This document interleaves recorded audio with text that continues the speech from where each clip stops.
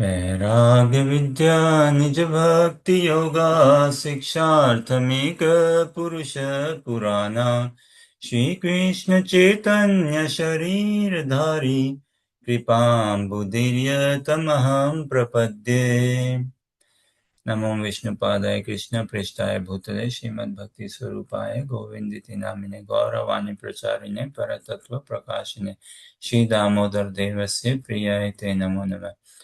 नमो विष्णुपादाय कृष्ण प्रेष्ठाय भूतले श्रीमद्भक्ति स्वरूपाय दामोदरिति नामिने नमस्सद्भक्तमने मणिपुरोद्भवाय च शिल प्रभुपाद लसत्वानि प्रचार निरताय ते नमो विष्णुपादाय कृष्ण प्रेष्ठाय भूतले श्रीमते भक्ति वेदांत स्वामी नास्ते सरस्वती देवे गौरवाणी प्रचारिणे शेषशून्यवादी पाश्चात्य देशतारिणे वाञ्छकल्पतरुभ्यश्च कृपा सिन्धुभ्येव च पतितानां पावनेभ्यो वैष्णवेभ्यो नमो नमः। जय श्री कृष्ण चैतन्य प्रभु नित्यानंद श्री अद्वैत गदाधर शिवासादि गौर भक्तवृंद। हरे Krishna Krishna Krishna Hare Hare Hare Ram Ram Ram Hare Hare. Warm welcome everyone in the study of Krishna consciousness. We continue our study, and this practice and study of Krishna consciousness. It is not like we are recording the session. So it is not like that. Okay, when we are on record, then we try to look good or sound good or appear good. It is to genuinely become good. It is to genuinely become honest. It is to genuinely become humble. It's not like one thing is life situations, they force us to become humble. Actually, we see in life there is broadly two realities only. One is what in life we become the two things which come about, which we experience.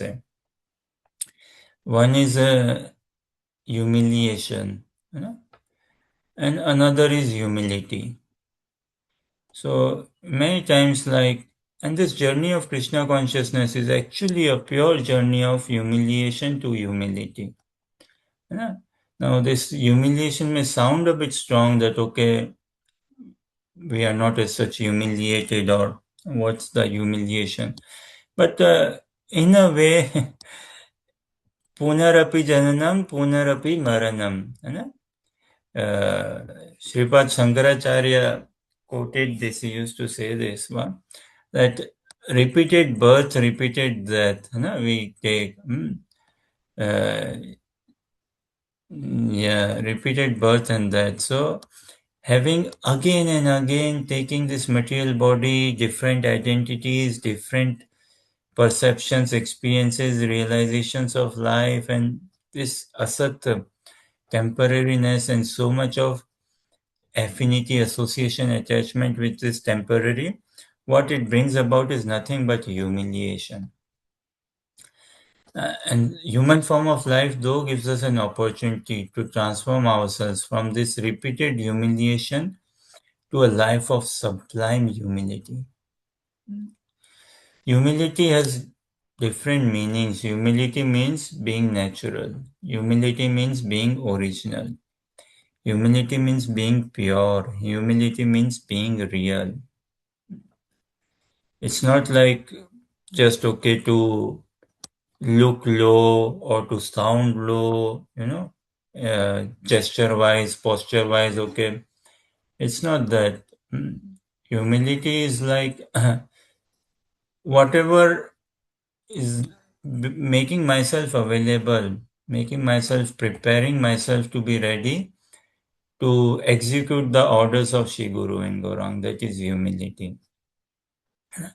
To understand the desire, to understand the mood of the divine couple of Shri Guru of Vaishnavas and make myself available to participate in that execution of that desire. Like Arjuna's humility, what? Generally, killing is not good. Killing is never encouraged.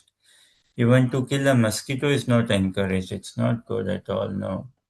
But in this war, when Bhagavad Gita was spoken, Arjuna killed hundreds and thousands, you know. He killed. Hmm? And this is his humility. Why? Because it was Krishna's desire. Krishna desired that, okay, let this war happen. Krishna desired, and he desired that Arjuna, you fight. Arjuna understood Krishna's desire. Okay, Krishna desires this war to happen. Krishna desires me to engage in this war, to fight in this war. So for his pleasure, I will kill. And he killed. That's real humility. No? And likewise, we see in ninth canto of Srimad Bhagavatam, Ambarish Maharaj's pastime. Um, an event came in his life wherein uh, Durvasa Muni threw a demoness, and Sudarshan Chakra came and protected him. And Ambarish Maharaj, in that situation, he stayed calm, defenseless altogether. He didn't defend himself. He did not retaliate. He did not fight. That's his humility.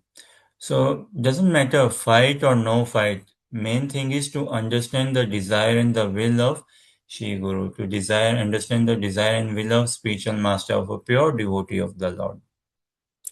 Because when we understand the desire of a pure devotee of the Lord, that is synonymous, equivalent to understanding the desire of Lord Shri Krishna. And in our parampara, we are so blessed.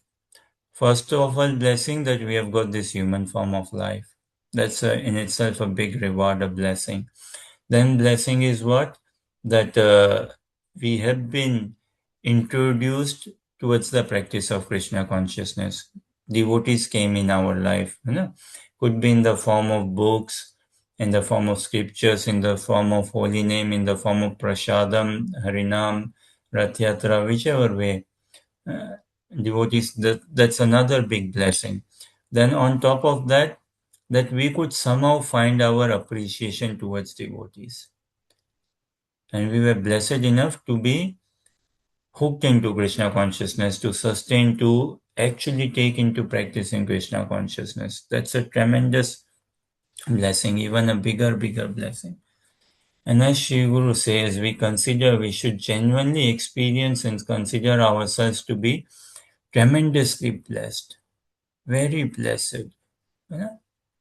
We cannot say, doesn't matter whatever externally is going in our lives, but we all should always feel we are tremendously blessed. We are very blessed. And as Gurudev says, right, that when we consider ourselves to be, that we are very blessed, then it comes alongside with it, straight away attached to it comes an obligation as well. That yes, I am blessed, I am very blessed, but I'm not fully blessed yet. So this is the journey to traverse, to transform myself in my consciousness from becoming very blessed to becoming fully blessed. If I genuinely say, yes, I'm so blessed, I'm very blessed to be in the association of devotees, having got this human form of life, having come across Krishna consciousness, having practicing Krishna consciousness, I consider myself very blessed, then that's not the end of it. Very blessed, okay, it's a good acknowledgement. We understand, we realize, we acknowledge. But now, onus is on our part. Is it not? The obligation, the responsibility, the prerogative, the initiative is on our part to transform, to pray, beg, cry, to become, make this journey of transforming ourselves from very blessed to fully blessed. And why do we want to become fully blessed? Only one reason, for the pleasure of Shri Guru and Gaura. That's it. Only for their joy. Yeah? For their joy only, for the joy of the divine couple, for the joy of the acharyas, for the joy of Parampara Shat Goswamis, for the joy of Gurudev, we want to become fully blessed, to bring him joy, to make him happy, so that we can serve him in a full capacity. So Ritik, share this shloka, Srimad Bhagavatam 3.7.17.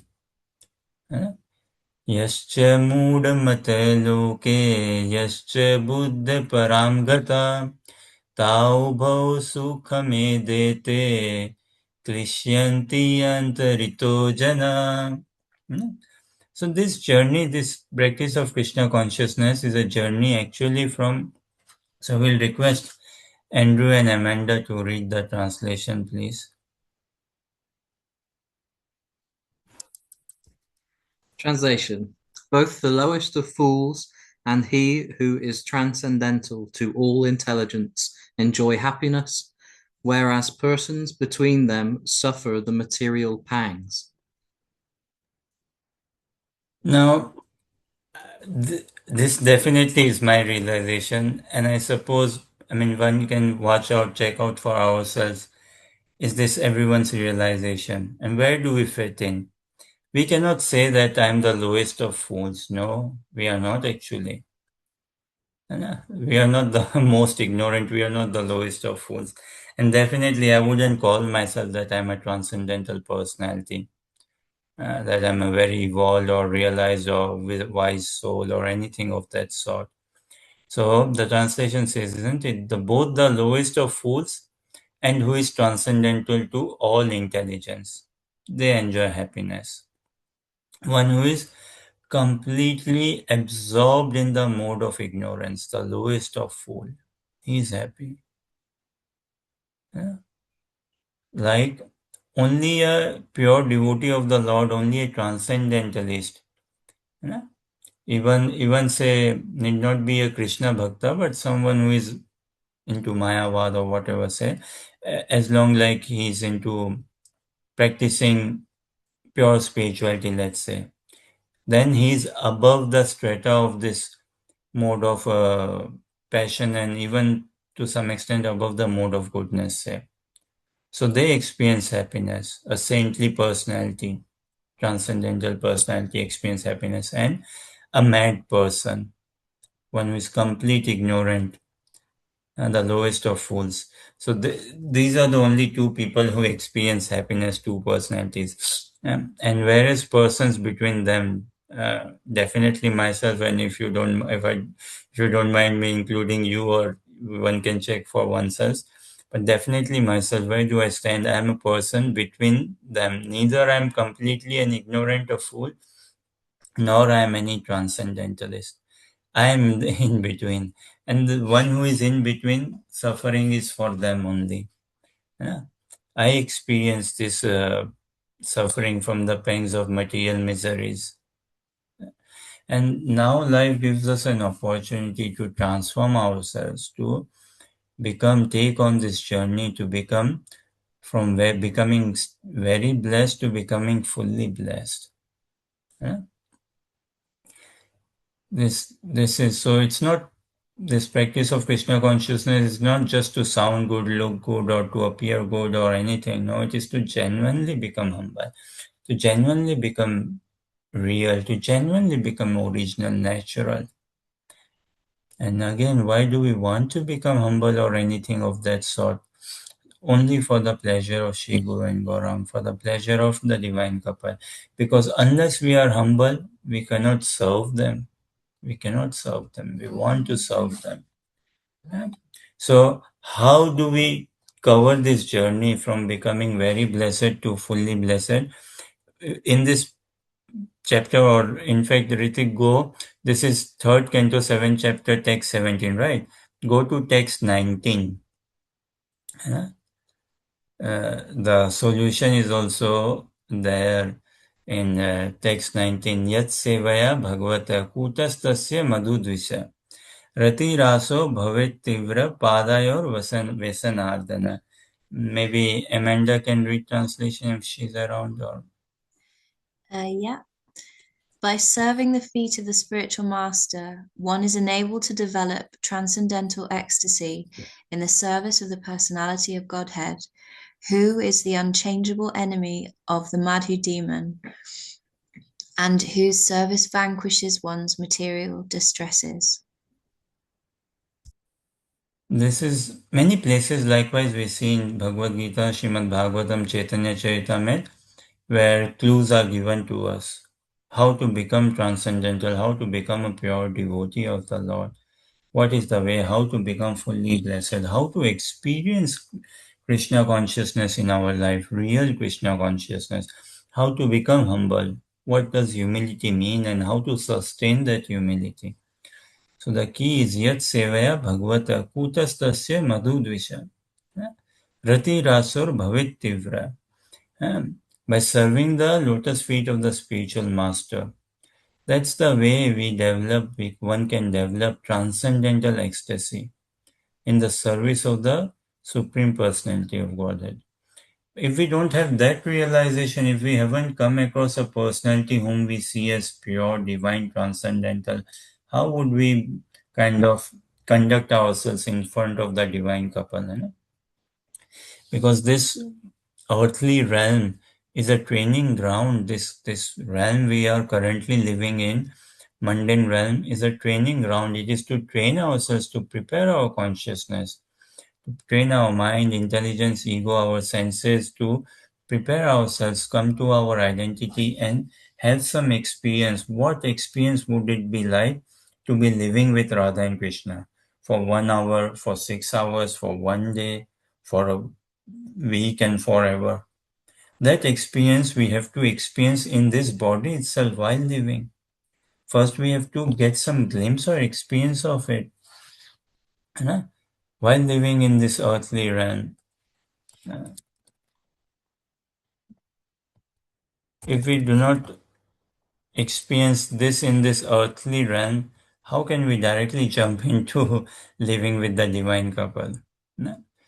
So one who has learned the art of living with devotees, of loving devotees and living with devotees, or loving a pure Vaishnava, living with a pure Vaishnava, loving a pure Vaishnava, then yes, Radha Krishna Yogmaya won't have any hesitation in giving us entrance into their divine pastimes.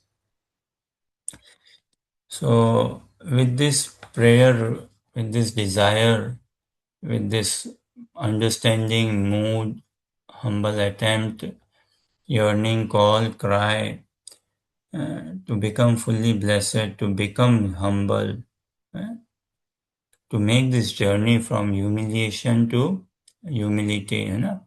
We all have experienced humiliation in our life, and sometimes material nature it makes us humbles us by giving us some humiliation. But now is to genuinely the only way to not experience humiliation is by becoming humble. Because for a humble soul there is no humiliation. A humble, natural, pure devotee of the Lord will never experience any sort of humiliation or won't be any upset. But because I identify myself wrongly with this material body, identity, and everything, so time and again I experience humiliation. But whatever it is, we can leave it, we can let it be where it is. The only thing is we need to continue advancing, we need to continue growing, we need to continue taking steps and steps to experience, to become fully blessed, to experience that real joy in Krishna consciousness. So on this note, we have been studying, discussing, right? The stages that come in our life in the practice of Krishna consciousness. Various stages come in our life. And it's like life is life in general. It's nothing like spiritual life or material life. Life is life. Huh? And even the life of a karmi, for that matter, many stages come in their life, is it not? Life of a working person, say for an example, so many stages comes in one's career, right? A student, so many stages come. Someone looking after family, raising a family, many stages come in their life and all. So in our practice of Krishna consciousness also many stages come.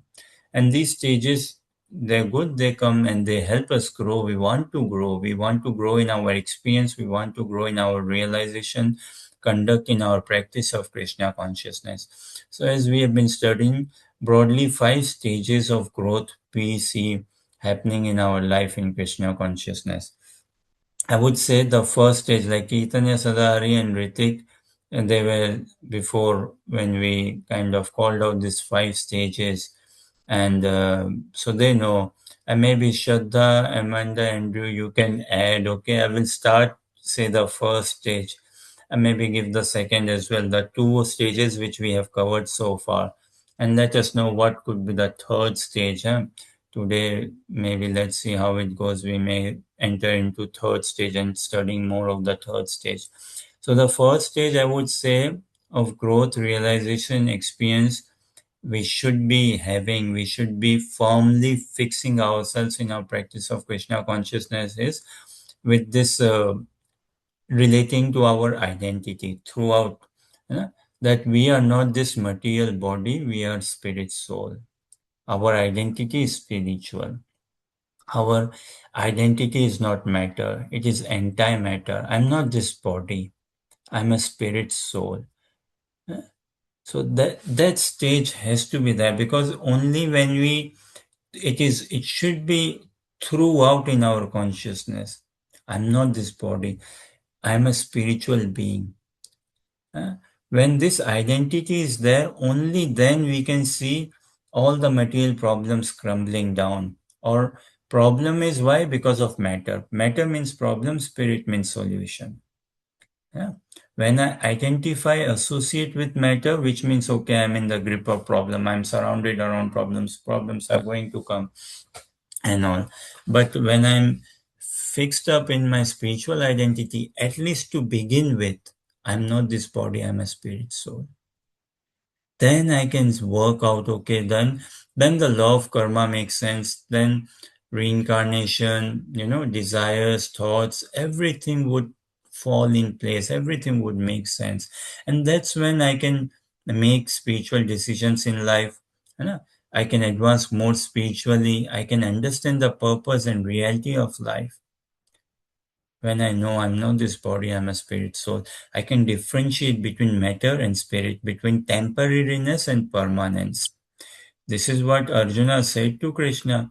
Shishya, Yat Shreyastam Nishchitam Bruhitan me. Shreyastam, he's saying that tell me for certain what is good for me, not good for just 18 days. The war lasted for 18 days.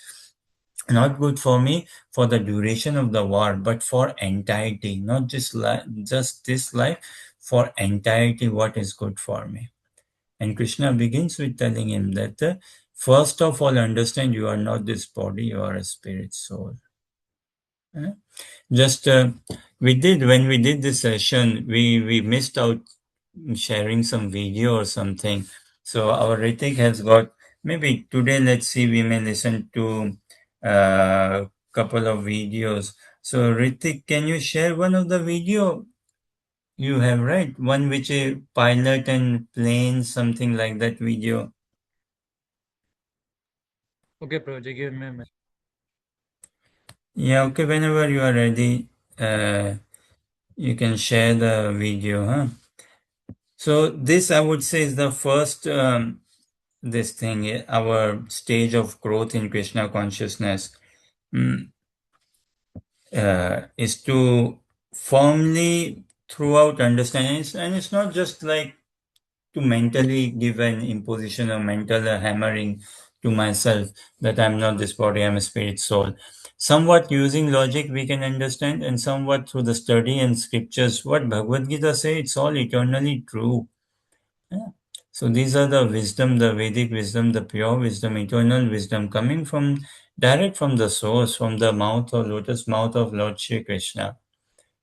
So we take that and we continue in our practice of Krishna consciousness. So first stage of growth is always in remembrance or being in sync with this reality that I'm not of this world. I am antimatter. I'm not this body, I'm a spirit soul. So whenever you're ready, Ritik, share, and then we'll go into sharing the second, what we understand to be the second stage of growth in our practice.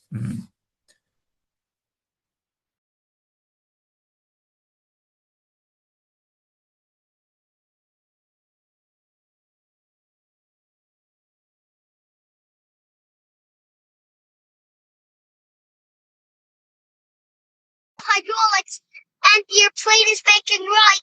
You reduce the engine. You reduce engine one and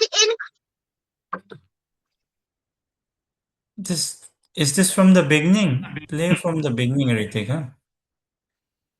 if you have no hydraulics and the airplane is making right, you reduce the engine. You reduce engine one and increase engine two. Hey, how you doing, big guy? Yeah. What do you want to fly? The Airbus A380. A380.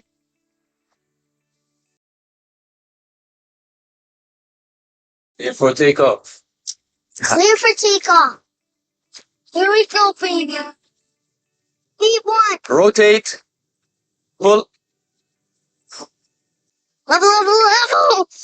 This is hard. Now the nose is going down. God. That's your disconnect APU. That's This is mine. for the approach. Yeah. Push it down. All right. If we overshoot the runway, I'm gonna have to shout, go around. Yes. 500. Stable. We're approaching over the highway. 30, 20, 10. Wow. Start. Ladies and gentlemen, welcome to Abu Dhabi and thank you for choosing Etihad.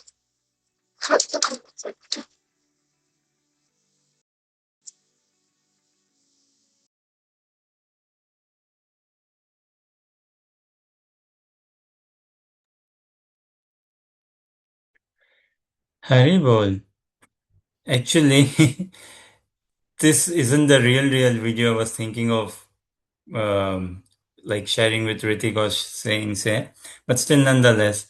So this is a boy, Adam, his name, and I believe when the video was recorded, he was 5 or 6 years old. Anyone saw this video, a similar video before? Okay, so this boy has an interaction with the Etihad pilot members, huh? And he tells them the workings of an aeroplane. How does an aeroplane work, the engine, the nitty-gritty of it, some details, and real technical details, I would say. And 5, 6 years old boy, fascinating. So the question is, how does he know all of this? His parents, they don't seem to have any background with aeroplanes or like this, or anyone else. And it's not like that he has been definitely taught in school, nothing like that. It's not like he has Googled or mugged it up, no. But he knows all of it. Another video we'll try to source, actually, the one we were thinking, and we can watch it next time. But any thoughts like how come he knows this bit?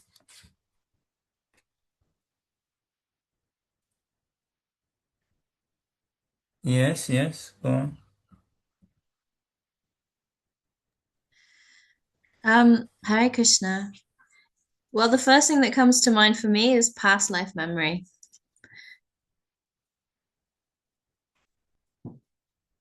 You have also a similar thing with people like Mozart. They have past life memory from other skills.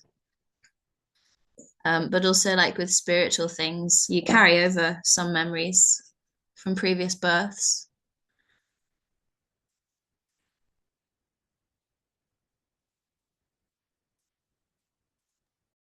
Yeah, definitely. So this is the thing, as you were saying, and as Prema Punita message, from impressions from previous lives. And actually, I will try to dig out the proper video and all little bit more, huh? So I think from memory, this wee boy, he was, I think, at some point maybe served in the World War I or World War II, possibly had a air crash, and then next life, still that those impressions carried forward with him. Because sudden death and very fatal death, the subtle body remembered all of it, captured it, and it got transformed in his next life as well. And that's why, like in this next life, he's still not processed that okay, I'm sad, I'm of this family. He's still so much strongly in his brain, in his subtle body, in his understanding how to fly a plane and life revolving around plane. One more video maybe Ritik will show, we can see a little bit.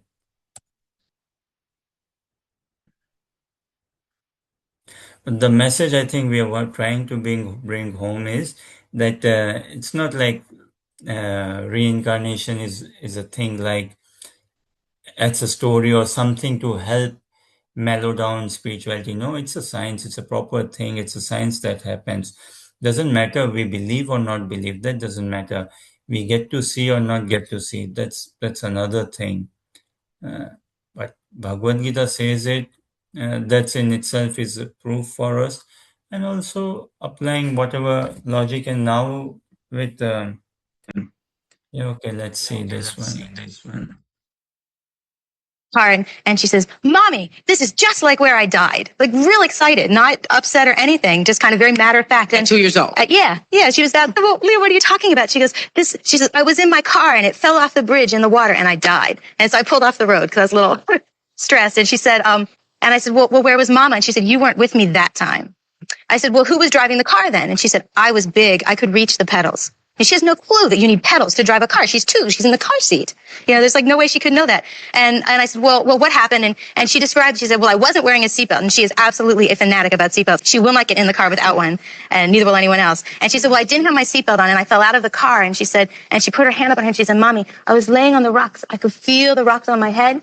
And she said, and see the shiny bridge. And she points up. She's looking up. And she said, "See the shiny bridge and the bubbles going up." She could see the bubbles. And she has she has never seen television at that point in her life at all. And how would she have any knowledge of bubbles rising? Haribol. Huh?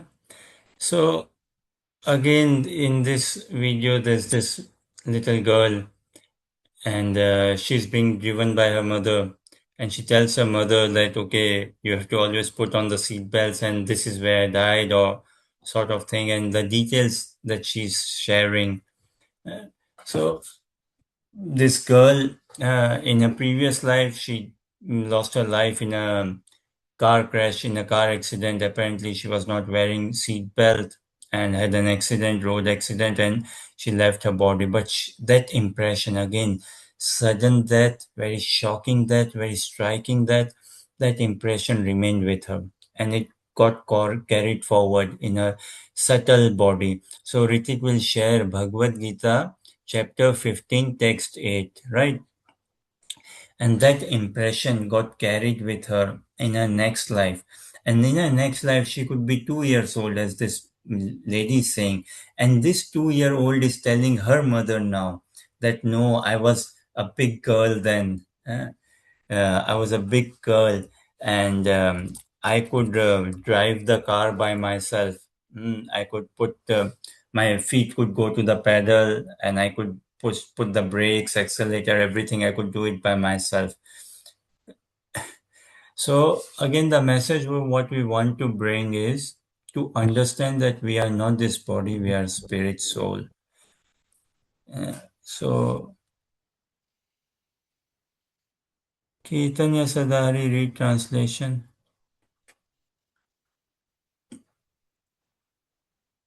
Hare Krishna, I am driving, difficult to read. So Ritik, read translation. Hare Krishna. The living entity in the material world carries as different conceptions of life from one body to another, as the air carries aromas. Thus, he takes one kind of body and again quits it to take another.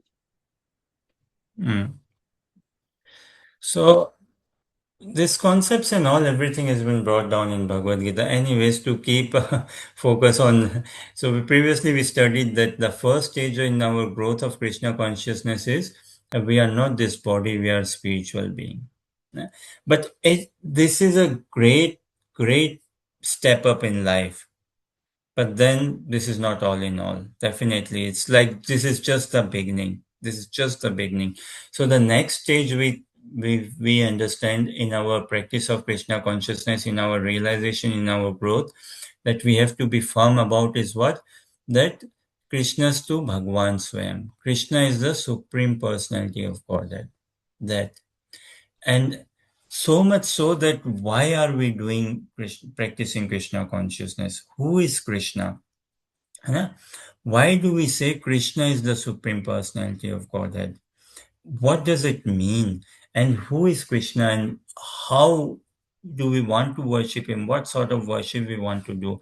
So quickly we'll go through some verses like Ritik, again share screen, Bhagavad Gita chapter 18 text 65.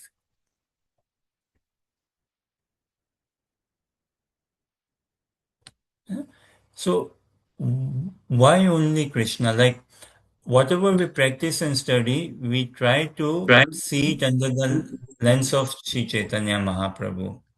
So maybe I can read translation, and previously also we read it. So we'll read the purport, and maybe I will ask Amanda or Andrew to read second paragraph of this purport, please. Huh?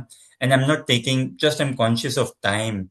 So it's not that we are taking things in isolation or picking and choosing or putting anything out of context. In your own time, by all means, read the translation, the entire purport, but I think the message would still hold true. So what we are saying is that I'll read the translation, and then Andrew or Amanda reads second paragraph of the purport, and we should get clear that who is Krishna and why we worship only Krishna. Say Prabhupada writes that in the purport. So translation says, always think of me, become my devotee, worship me, and offer your homage unto me.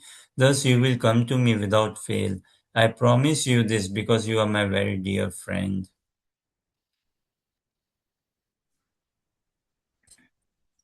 These words stress that one should concentrate his mind upon Krishna, the very form with two hands carrying a flute, the bluish boy with a beautiful face and peacock feathers in his hair.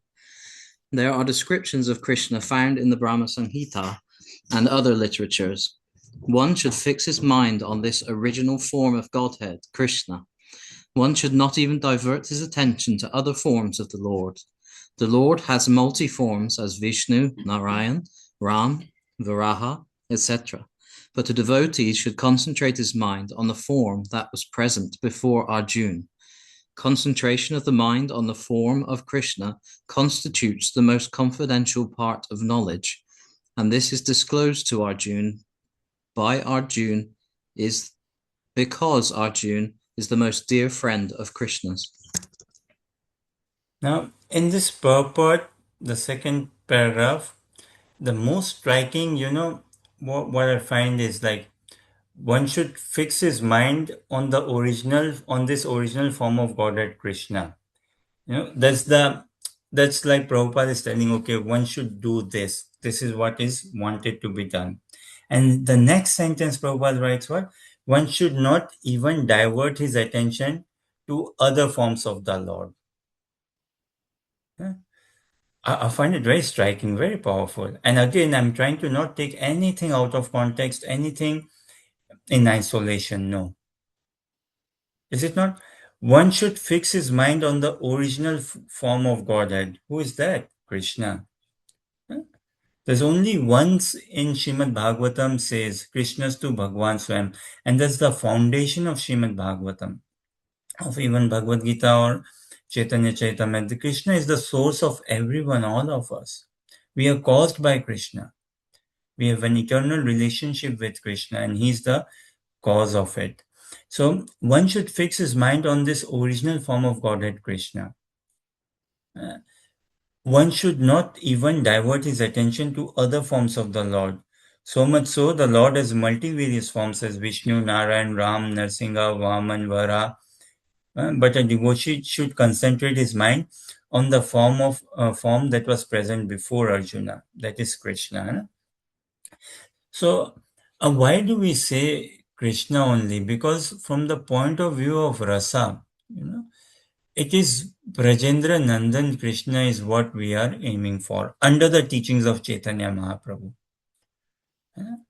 under the teachings of Chaitanya Mahaprabhu, one of Mahaprabhu's associates, disciple,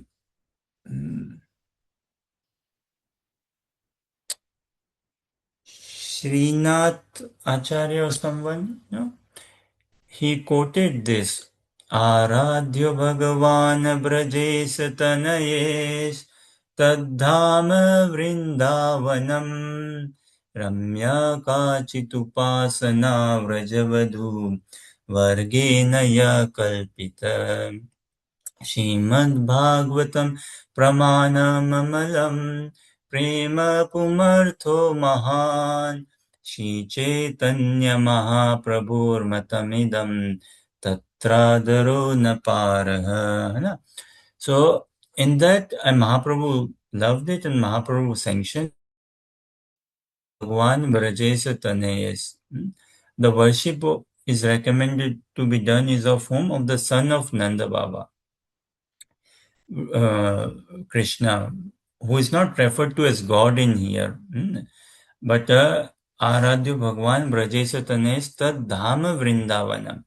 Who is Brajeshatanes? Who is the son? Who is the son of Nanda Baba? Who is the son of the king of Vraj? Krishna is the prince of Vrindavan. His worship is recommended. And in what manner? In the manner as the gopis of Vrindavan has worshipped him. In that manner.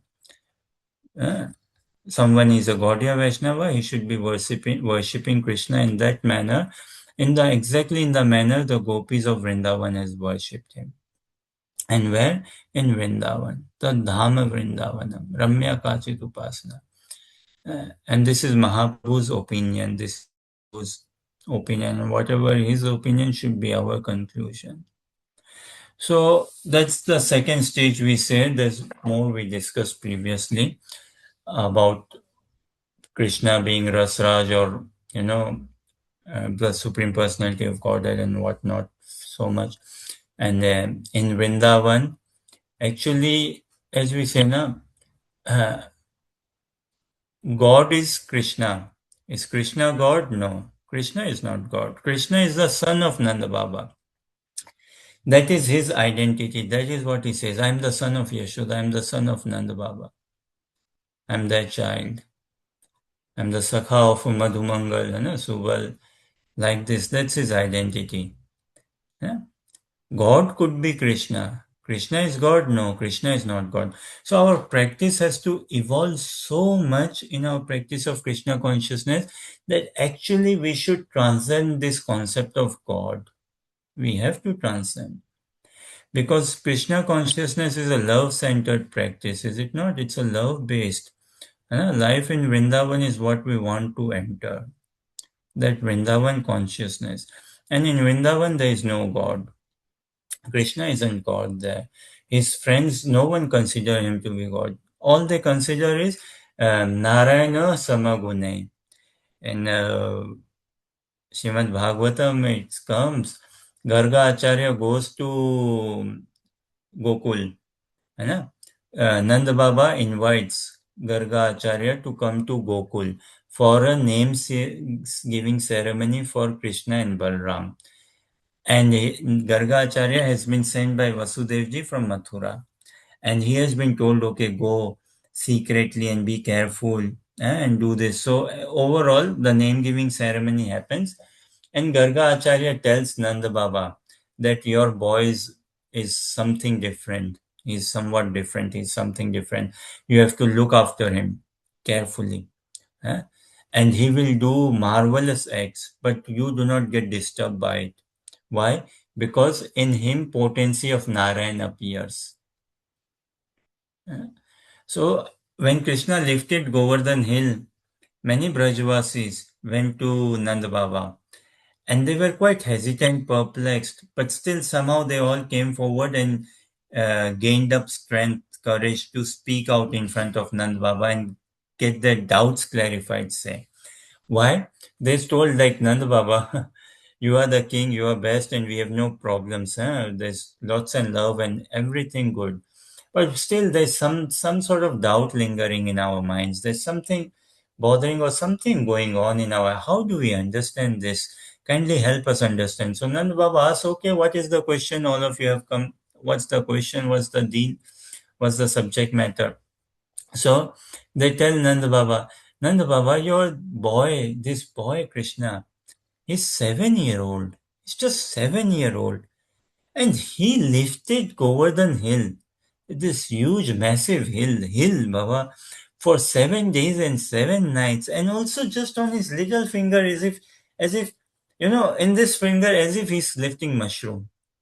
He lifted Govardhan Hill for 7 days, 7 nights. How is it possible? We wonder, isn't he God or what's going on? Huh? And the other day we saw that Krishna, he could not lift even one stick, or he could not lift your shoes. He cannot carry your shoes. It gets too heavy for him. And in here, 7 days, 7 nights, he's lifting the Govardhan Hill and he's not at all sweating. But I mean, how do we deal with him? How do we understand? How do we check this? So Nand Baba was like, okay, now I see where you're coming from. What's your point, question, and all. But to tell you, Garga Muni told me during his name giving ceremony, Narayana Gunasame. In him, the potency of Narayan comes about. Ritik, share screen. Shrimad Bhagavatam, 10th canto, 8th chapter, text 19. Fascinating message. So Nanda Baba told Garga Muni and others, Brajvasis, that don't get any worried or any disturbed. Treat him as a boy. He's a young boy and he needs lots of guidance, help, directions, and all training and everything. He's no god or nothing like that. It's just sometimes potency of Narayan gets reflected in him. So they find, oh, okay, fine, that's the case, then okay, fine. We see him as our child. So in our practice of Krishna consciousness, so much so, love has to be there at the forefront altogether. Because we cannot love God. We cannot, no. The term God in itself, first of all, in Vedic literature, there's no term as God as such. This is an English word. I don't know the origin of it. Uh, okay, so Ritik is sharing screen. It should come up anytime. When it comes, maybe if Prema Punita is available, if she can read translation. I'm not able to see it on the screen, though, Ritik, yet, huh?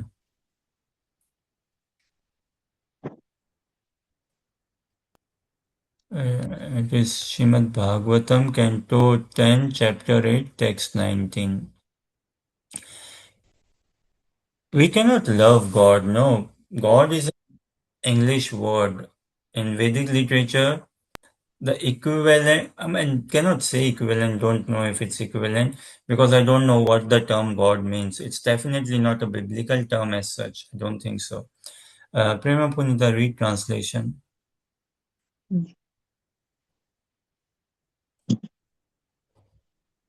In conclusion, therefore, O Nanda Maharaj, this child of yours is as good as Narayana. In his transcendental qualities, opulence, name, fame, and influence, he is exactly like Narayana. You should all raise this child very carefully and cautiously. So, both, huh? He's as good as Narayan. Narayan's potency comes in him. In his transcendental qualities, opulence, fame, influence, is exactly like Narayan. One is like Narayan, what is there to raise him, raise this child very carefully and cautiously. As in, don't think that if potency of Narayan comes in him, that then does not mean that he does not need looking after. He needs looking after. He still needs to be raised. Otherwise, I mean, Yashoda and Nand Baba, they are so clear in their consciousness that he's not God. We are not raising God. Can anyone raise God? No way. God, by the concept himself, does not need any raising. But who we are worshipping is Krishna, and he's a naughty boy. He needs raising. He needs to be taught. He needs to be learned, and all everything. So Yashoda and Nand Baba are making sure that, okay, Krishna is raised properly. That he's given all the training, the education, the learning, and he's being looked after. That thing. So in our practice as well, the concept of God has to be flushed out from our system. This is why the second stage of our growth or evolution in our consciousness, in our realization, has to be throughout Krishna, Krishna, Krishna, Krishna. Now, Mahaprabhu used to sing this, Mahaprabhu's devotees used to sing this. Krishna, the personality. Who is Krishna? Is the son of Yashoda. He's the son of Yashoda and Nanda. He's the prince of Vrindavan, the darling of the gopis. Gopi Jana Vallabha Girivaradhari.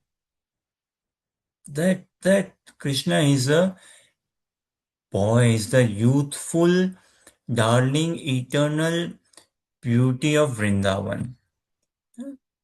That beauty of Krishna has to be understood, and this is whom we worship, and the form of worship is loving seva in the mood of Raganuga Bhakti, in the mood of the gopis, how the gopis have done. Amongst the gopis also we see in Bhakti Rasamrita Sindhu, there is like Kamanuga Bhakti and this Sambandhanuga Bhakti. The bhakti that gopis did is Kamanuga Bhakti. Now, out of intense desire, intense yearning, hankering, loving for him. So that Krishna we need to understand the sweet personality of Krishna. What Krishna stands out is his Rup Madhuri, Venu Madhuri, Lila Madhuri, Prem Madhuri, which no other Narayan Murti has. No. And that is what Prabhupada also writes in that purport, that one should not divert his attention to any other forms of the Lord. This is the teachings of Sri Chaitanya Mahaprabhu. Lord Ram is also Supreme Personality of Godhead. Narsinga, Vaman, Vara also Supreme Personality of Godhead. But philosophically, Tattvata, Krishna is the source of all of them. And it's not that Krishna is the source, so we worship him. We worship him, Krishna. Why? Okay, we'll come to him in a minute. Okay, so a question. So that's the second stage. So what would be the third stage in our growth of Krishna consciousness, in our realizations of, in the practice of Krishna consciousness? Any thoughts, Amanda, Andrew, Prema Punita? Yeah, first stage, we should be thoroughly convinced in our inner consciousness that we are not this body, we are a spirit soul. That doesn't mean that I do not look after the body, I do not eat, sleep, drink, and all, or when I am crossing a street and suddenly a car is coming towards me at a greater speed, I do not have my bodily reflex. No, that is there. But in my inner consciousness, I'm not this body, I'm a spirit soul. And likewise, commit, a few days ago was what? Ram Navami, right? Come Ram Navami, in few days we will be approaching towards Narsinga Chaturdasi. All of this we celebrate. It is Madhav Tithi for us. But we celebrate Ram Navami as what? Okay, it is our Krishna appearing as Lord Ram. Narsinga Chaturdasi coming, we will celebrate, but it is our Krishna who appears as Lord Narsinga. That sort of consciousness we need to evolve. And this, by Shri Guru's blessings, we have to come to a stage wherein we are not worshipping God or that, not that, no. The concept of God, it has to go out because it cannot go simultaneously, worshipping God and loving Krishna, no. What we want is to love Krishna. So what would you say would be the third stage in our growth of Krishna consciousness in our practice, if at all it is somewhat making sense? Or we Hare don't. Krishna. Hmm. We are not this body, no? Does not mean that we are no body. Okay. We are some body. Then we'll gain some body. So what is the third stage in the realization of Krishna consciousness? Is it understanding what our relationship is with Krishna? That I would say Drew is maybe a little bit further away. Hmm.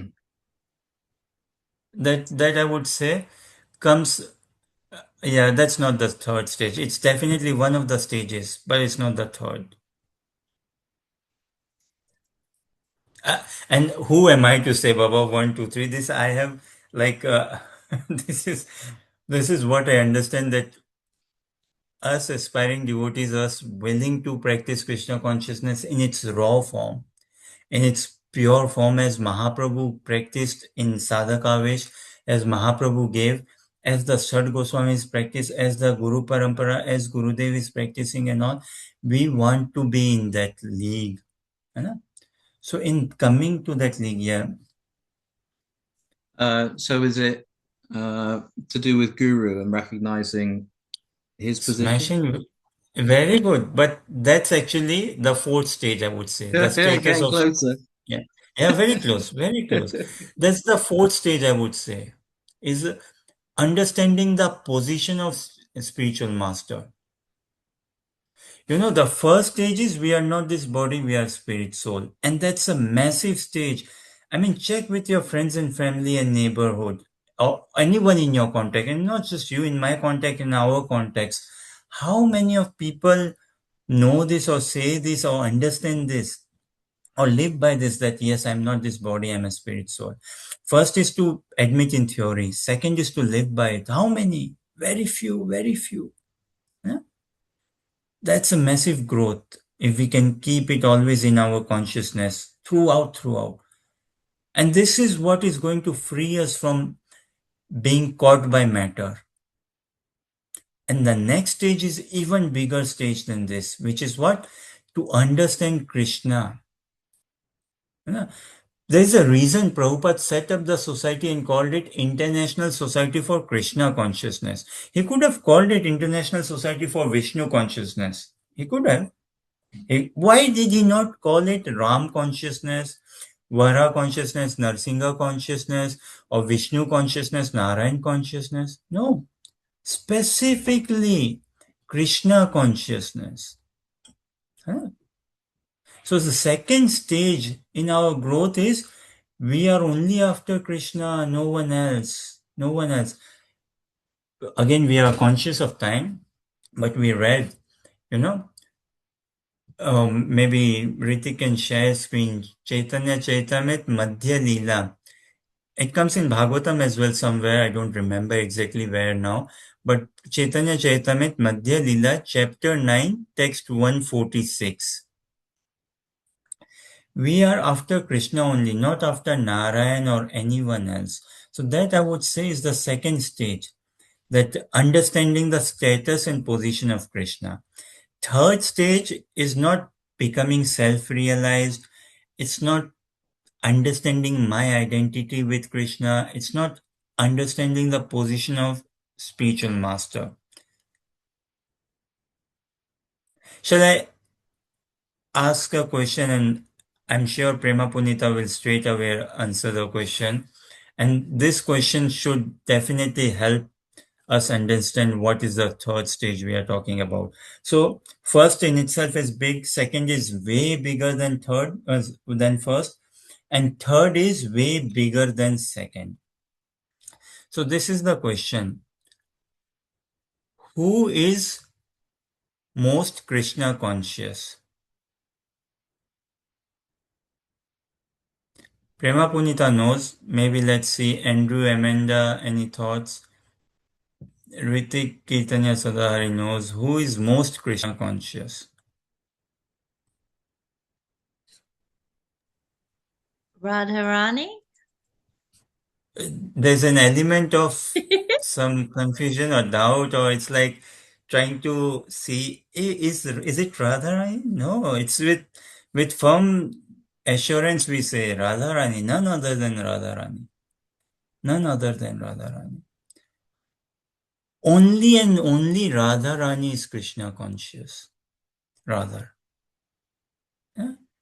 She is the most Krishna conscious, or she is the only one who is Krishna conscious. She is the embodiment A to Z of Krishna consciousness is Srimati Radharani. And under the lens of Sri Chaitanya Mahaprabhu, if we practice Krishna consciousness, take this as a question, what's the difference between a Vaishnava and a Gaudiya Vaishnava?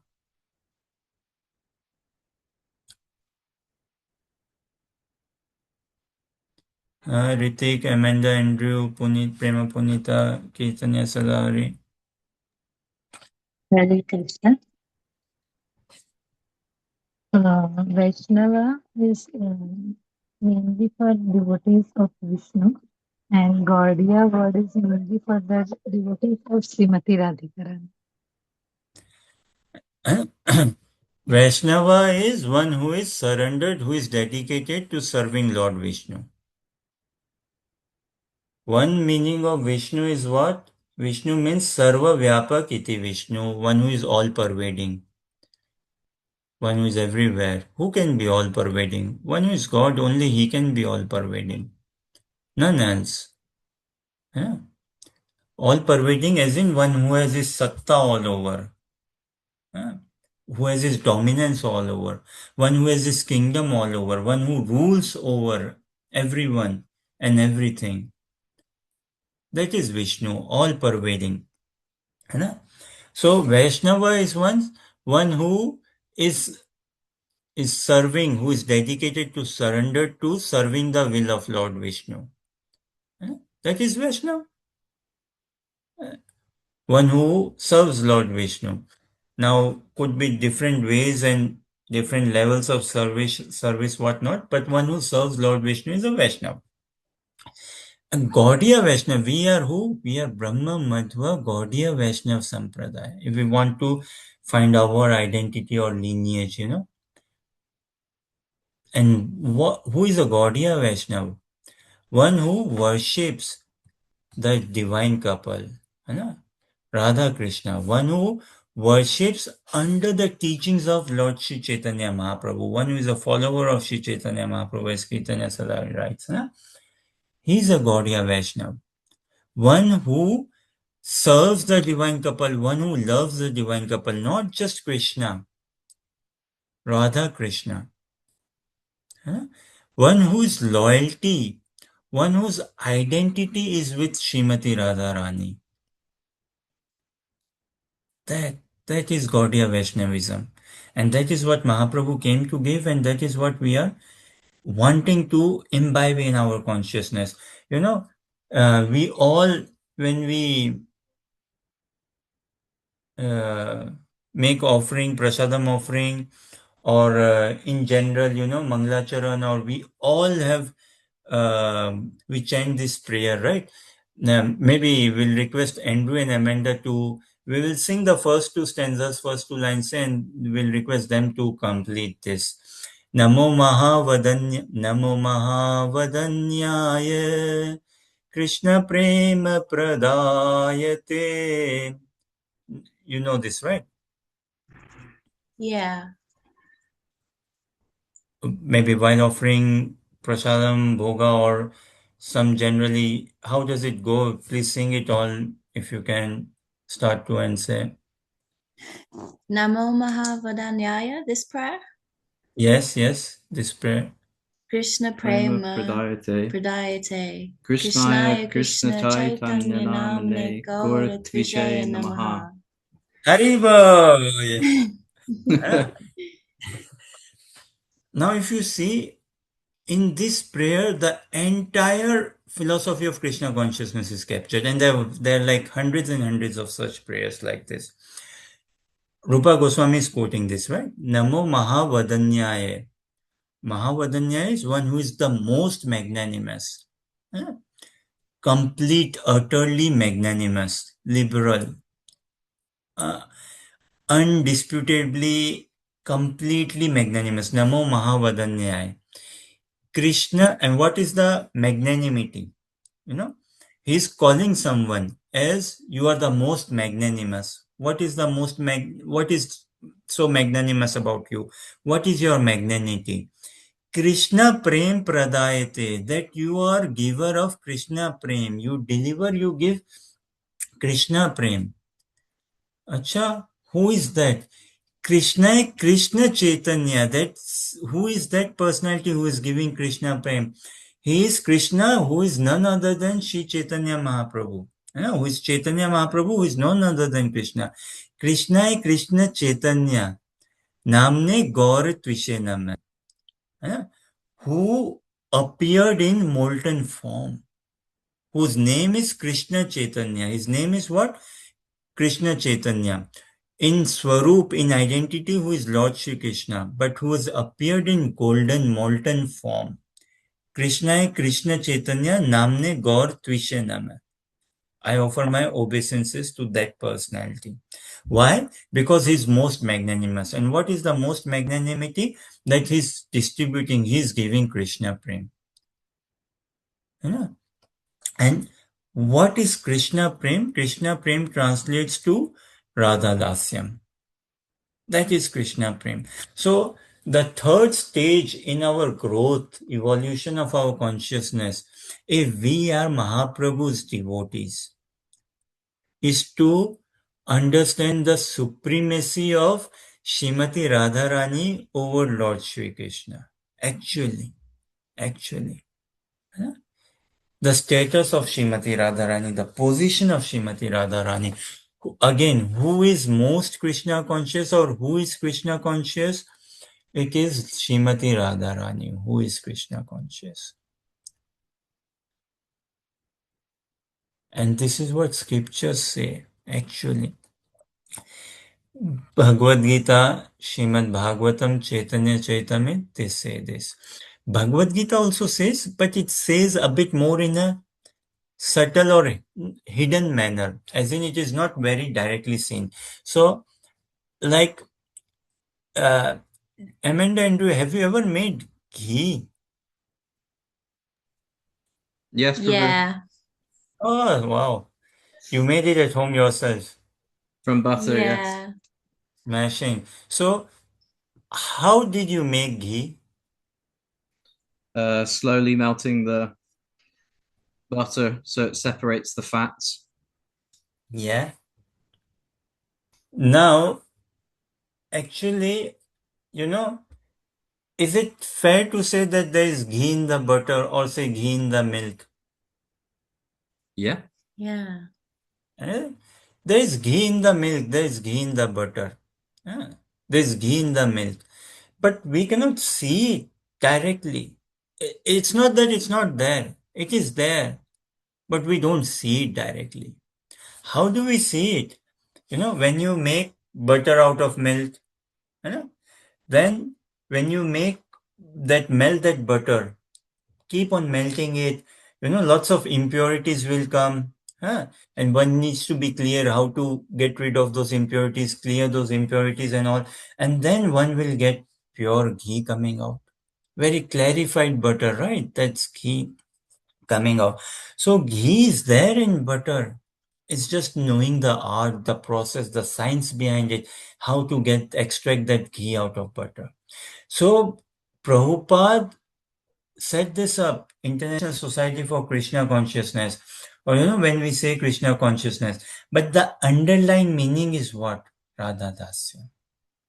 That is the underlying meaning. If we have got that vision, that lens, that mercy of Mahaprabhu, of Srila Prabhupada, of Guru Parampara, of Acharyas, of Gurudev, then we can see, oh, yeah, actually, Krishna consciousness translates to Sri Radha Dasyam. And this is not someone's mental deduction. This is not applying some logics and all. This is pure what scriptures say, what Bhagavad Gita, Bhagavatam, Chaitanya Charitamrita say. Listen to some of Prabhupada's classes on Bhagavad Gita, chapter 9, text 13. Mahatmanastu mam partha devim prakriti mashrita bhajante ananya manaso yad gyatva bhutadim avyayam. So Krishna's Prabhupada kind of maybe in the purport or in his classes he quotes who is most Krishna conscious. Radharani is most Krishna conscious. When Krishna says man mana bhav mad bhakto, the message in Bhagavad Gita that think about me, give your mind to me, remember me, worship me. Who thinks about Krishna? Radharani. Can anyone think about Krishna? Has anyone thought about Krishna as Radharani thinks? No. No. Has anyone given her mind to Krishna as Radharani? No.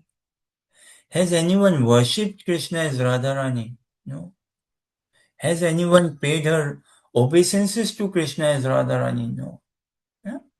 So Radharani is pure Krishna conscious. She is the embodiment of Krishna consciousness altogether. And for us to certify, for us to actually officially register ourselves in the books of Mahaprabhu as that, yes, that we are Gaudiya Vaishnava, we are Mahaprabhu's followers, means what? The growth in our consciousness has to be Srimati Radharani is the essence of Krishna. Krishna is the supreme personality of Godhead. Radharani is the supreme goddess of Krishna. Krishna is the essence of life, and Radharani is the essence of Krishna altogether. That has to be come in our forefront altogether. This has to be our prayer, meditation, realization, consciousness practice. This is Krishna consciousness. This is the stage we need to come about. When Krishna, okay, so so that's the third stage. And fourth stage is understanding the status of spiritual master, which is heavy, and the benefits of it is huge, because understanding Krishna, that's the second stage. Understanding Radharani, and higher or above, that is understanding the status of spiritual master. If someone understands the status of spiritual master, then one understood Krishna consciousness, as simple. Like we say, we are as Krishna conscious as we are Guru conscious. To the degree I am conscious of the status of my spiritual master, to that degree I am Krishna conscious. As simple as that. Because God is a distant reality. God is a far out thing. Is it not? Can we love God? We cannot. What do you say, Ritik, Amanda, Andrew, Keitanya Sadari? Especially in the Western world, in the religious settings in the Western world, God has got earned a bit of a bad reputation, is it not? Or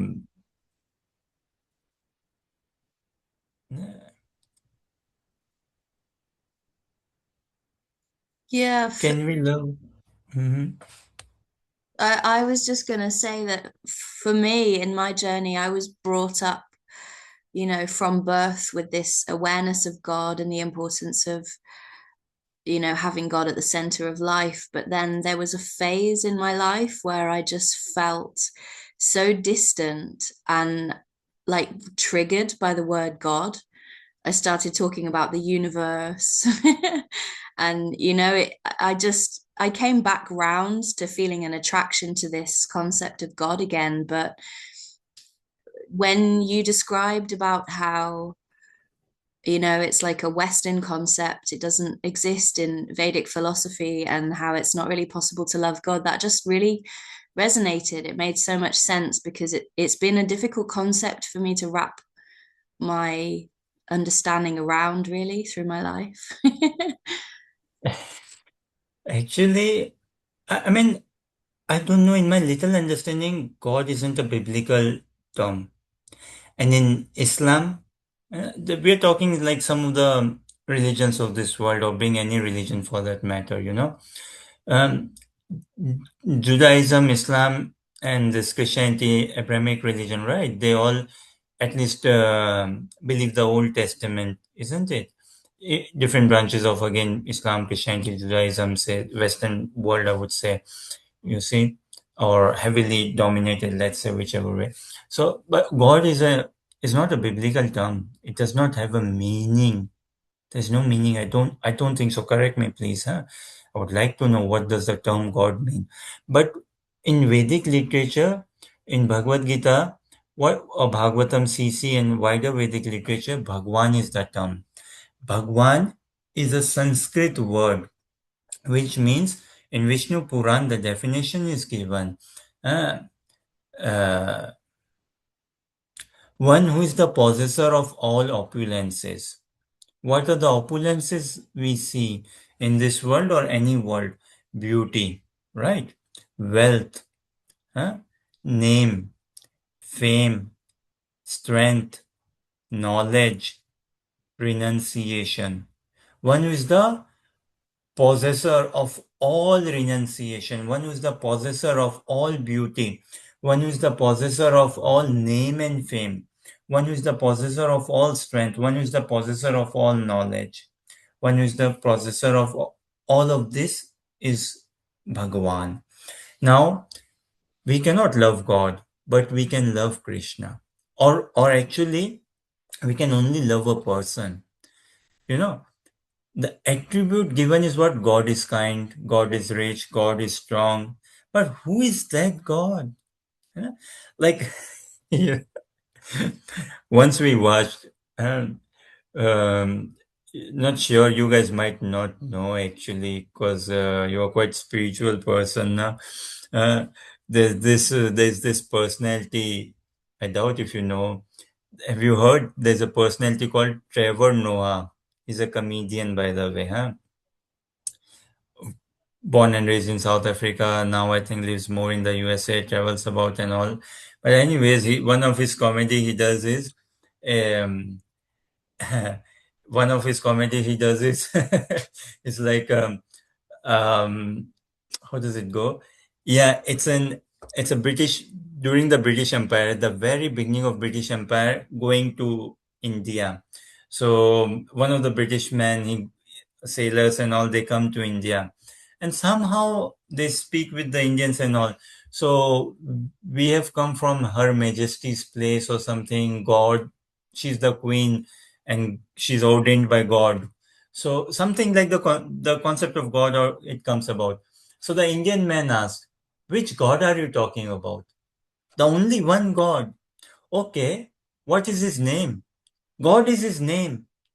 Okay, what does he look? So like, to bring home the message again, the Bible says the Lord's Prayer, right? Our Father who art in heaven, hallowed be thy name. Thy kingdom come, thy will be done on earth as it is done in heaven. Forgive our sins as we forgive those who sin against us. Give us this day our holy bread, and lead us not into temptation. Isn't it? Um, our Father, Holy Spirit and Jesus, like this, right? Somehow like this it ends, isn't it? Pardon me, I'm not getting the ending very proper, let's say.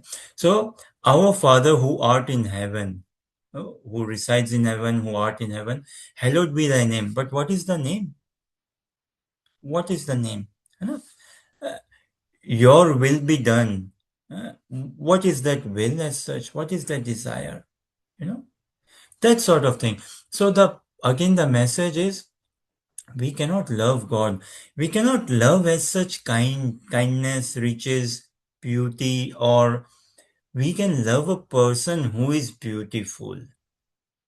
We cannot love the idea or concept. People say in this world, oh, I love this concept, I love this idea. Fair enough. But go beyond that idea and concept is a person, and the person we want to love with. So the Vedic literature say Bhagwan, one who is the possessor of all opulences, is Bhagwan. And in Krishna, only in Krishna we find what? The knowledge, ultimate wisdom, none like the dialogue of Bhagavad Gita.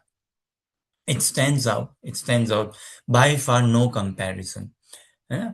Then, in terms of strength, yeah, 7-year-old boy lifting Govardhan Hill on his little wee finger for 7 days, 7 nights.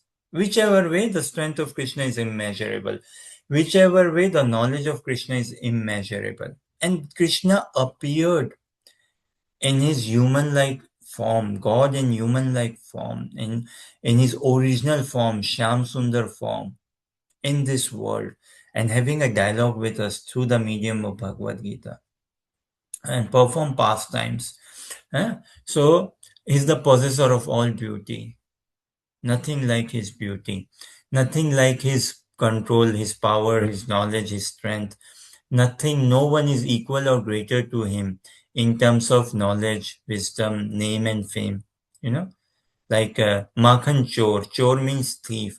He's referred to as butter thief. And there are temples in India named after him as butter thief. You know, that's him. All contradictions reside in him peacefully.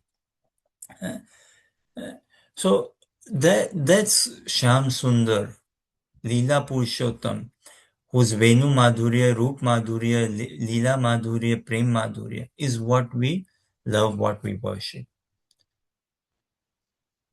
This thing. So that's the second stage of realization. And the third stage is who is most Krishna conscious? Radharani is most Krishna conscious. Now, Ritik, share screen. Chaitanya Charitamrita, Adi Leela, chapter 4, text 96.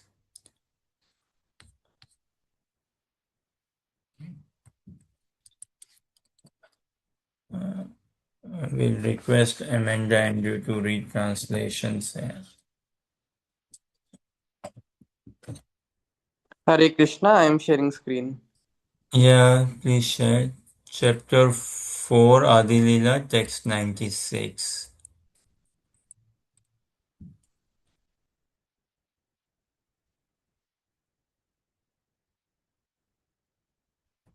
Amanda and you read translation, please. Sri Radha is the full power, and Lord Krishna is the possessor of full power. The two are not different, as evidenced by the revealed scriptures. Now, next also we'll read 97 and we can read one more 98. Let's see. If Drew is there, he can read. Yeah.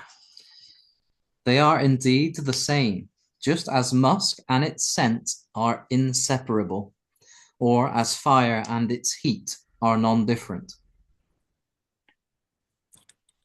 Kirtanya Sadhari, read 98. Thus, Radha and Lord Krishna are one, yet they have taken two forms to enjoy the mellows of pastime. This is Krishna consciousness, you know. They are non-different. They are one personality. है ना? Radha Krishna एक आत्मा, elsewhere in Chaitanya Charitamrita, दुई देह धरी अन्य अन्य विलसने रसस्वादन करी. है ना? They are one personality only, becoming two. And who can object, Baba? Who can object? If it is one himself becoming two, what problem does the world have? No problem. Yeah? And so they are one only. They are one soul in two bodies. And this is why Radharani is only full Krishna conscious, pure Krishna conscious, no one else. Like we said, na, is there ghee in milk or butter? Yes, there is. One needs to know the process, then one can see. Na? Likewise, when one sees Krishna consciousness, means what? What is the consciousness of Krishna? Eh? Who is in the consciousness of Krishna? Krishna's consciousness is all pervaded by the beauty of Radharani, by the name of Radharani, by the glory of Radharani, by the remembrance of Radharani, with the desire to serve Radharani. That is Krishna consciousness. That is Krishna's consciousness. All pervaded towards Radha. Krishna knows no one else than Radharani. Radharani also knows no one else than Lord Shri Krishna. Krishna is the supreme enjoyer and Radharani is the supreme giver of that enjoy to Krishna. And where is our role? Our role is we are facilitators. And as Gaudiya Vaishnava, within the definition of Gaudiya Vaishnava, where is our role? Our role is we belong to Srimati Radharani. We are Radha Ranis. है ना? जैसे कृष्ण पूर्ण शक्ति, राधा पूर्ण शक्तिमान, है ना? Krishna is the complete full power, है ना? He is the full sorry, Radha पूर्ण शक्ति, कृष्ण पूर्ण शक्तिमान, है ना? Radha Rani is the complete energy and Krishna is the energetic. Energies of the energetic. Krishna Poon Shaktiman, he is the energetic, he is the one who possesses the energy. And Radharani is complete energy. Now, just to say, Krishna has broadly three energies. He has numerous energies. They can be kind of classified in three, right? One is his Chit Shakti, Swarup Shakti is internal energy, internal potency, right? Another is his external energy, external potency. And another is his tatastha, marginal energy, marginal potency. Now, when Radha and Krishna, they unite, they come together, and whatever they do it for their enjoyment, and that is what is termed as Leela, as pastime. Whatever they do, whatever Krishna does, he does it for his enjoyment. And when we say Krishna, we mean Vrindavan Chandra, Brajendra Nandan, Krishna of Vraj. Krishna of Vraj, Vrindavan, is different from the Krishna of Mathura, is different from the Krishna of Dwarka. Different in the sense, person is the same, personality is different, the bhav is different, the mood is different. And the mood we are aspiring for is the mood of Vrindavan. So, whenever Vrindavan Chandra Krishna and Radharani, whatever they do, it is all constituted as Leela. That is all Leela as their loving pastime. As Shri Guru says, na, lovingly, amazing, look, Shri Guru says that when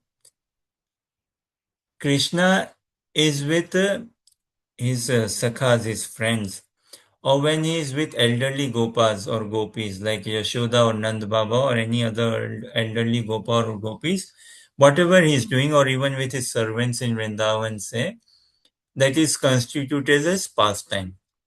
And what does that mean? That Krishna is just passing the time with them in order to come to a position, to come to a time wherein he can meet Radharani, wherein he can be with Radharani. And when Krishna is with Radharani, he does not want the time to pass at all. Then there is no pastime. Otherwise, when he is with his sakhas, with his friends and elderly gopas and gopis, then okay, he's passing the time. And when he is with Radharani, there is no pastime. Kirtanya Sadhari will share this shloka on screen. We love it. It's, it's tremendous. What? Radha Sangye Yada Bhati Tada Madana Mohana Anyatha Vishwamoho Api Swayam Madana Mohita. So he'll bring on screen. We love it, this shloka so much that every time we struggle to remember where is it in Chaitanya Charitamrita. Is it in Adi Leela or Madhya Leela? And which chapter we could never manage to remember it. Every time we forget. But I'm sure Kirtanya Sadhari knows, so he will bring on screen.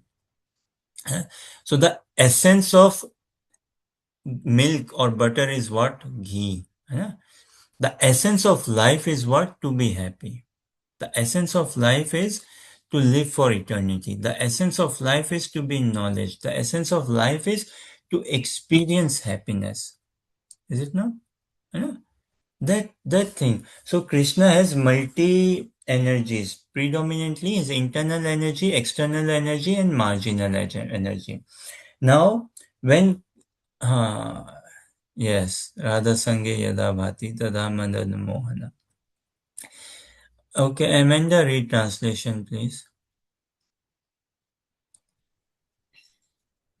The female parrot said, "When Lord Sri Krishna is with Radharani, he is the enchanter of Cupid. Otherwise, when he is alone, he himself is enchanted by erotic feelings, even though he enchants the whole universe." So even though Krishna enchants the whole universe, but when he's not with Radharani, he himself is enchanted.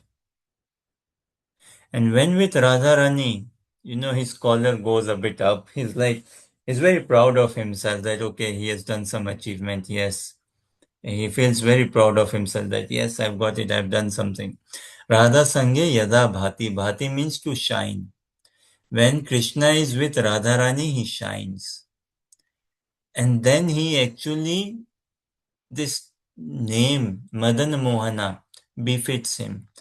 Mohana means to enchant. Hmm? Madan Mohana is to enchant someone. Yeah. So when he is with Radharani, he is enchanting the whole universe, because he's so much shining. He's so much beautiful. That's where he finds his ultimate joy. But when he is himself hankering for the association of Radharani, when he is not with Radharani, then even though he could still be enchanting the whole universe, but um, he himself is heavily missing out. He's enchanted by not having the association. He's hankering for it heavily. So the third stage is this being Radha conscious, is being Krishna conscious. If we are not Radha conscious, then we don't do Vrindavan. Vrindavan is not at all for us. We cannot attain. If we are not Krishna conscious, as in Krishna of the son of Yashoda and Nand Baba, as the darling of Vrindavan, as the lover of the gopis, then we cannot. Then that is not bhakti. That is not. We are not following the teachings of Mahaprabhu. Yeah. And for us to be Krishna conscious means what? To find our loyalty, fidelity with Radharani, our association with Radharani, our lineage with Radharani. That thing. So Krishna has three energies, internal, external, marginal. When Krishna performs pastimes, Radha Krishna perform pastime, when through the assistance of the internal energy, when he performs pastime, that is something is Nitya Leela. That is something is Nitya Leela, his pastime in the eternal abode, in the permanent abode. That is the pastime he performs either in Golok Vrindavan or Gokul Vrindavan, wherein the pastimes are orchestrated by his internal energy. Then another Leela he performs is what? Sansar Leela. When Krishna comes to this worldly realm and performs pastime. When he performs pastime to attract us conditioned souls, to attract us, that he performs with the assistance of his marginal potency, to attract us marginal souls, to attract us into his pastimes. And that is his Sansar Leela. And when he performs this pastime of creating this material world, that is his Shrishti Leela, where he engages his external energy. Now, all this energy, external, internal, and marginal, they find their source in Srimati Radharani. They find their source in Srimati Radharani. So much so, the goddess of Lakshmi, goddess Lakshmi, wife of Narayan, she also finds her source in Srimati Radharani. Rukmini and Satyabhama find their source in Radharani. Mother Sita in Ayodhya finds her source in Radharani. All the gopis find her source in Srimati Radharani. And this is not something, this is there in Chaitanya Charitamrita, na? Devi Krishna Mai Prokta Radhika Para Devata. Uh, Sarva Kanti Sarva देवी कृष्ण में प्रोक्ता राधिका पर देवता सर्वकांति सर्वमयी सर्वा she is the one who is all the all enchanting energy of Krishna. Huh? The shloka is not coming, but anyways, so that Radharani. So in our progressive realization of Krishna consciousness, in our practice of Krishna consciousness, what Krishna Prema, what we are aiming for, it translates to Radha Dasyam. You know? Just to read little bit more, we can check. In Chaitanya Charitamrita, 2 chapters. Adi Leela chapter 4, which brings out the internal reasons of Mahaprabhu's appearance, and chapter 8 of Madhya Leela. These 2 chapters gives us good details, not complete, but good details on the status of Srimati Radharani. So we'll ask Chaitanya Sadahari to share Chaitanya Charitamrita Adi Leela, chapter 4 and text 238 onwards. And just bring in your screen chapter 4 and somewhere in the translations Adi 238 onwards. 4.2. 4 to 38, but we'll go through 10 translations, 238, 20, 39, 40. So we won't read the shlokas, but just translations. Say. And maybe thereafter, it's already been almost 2 hours or something, so we can see. Huh? But this is just coming to the surface in terms of like the third stage, the status, the position of Radharani. That. And yeah, so let us read some translations.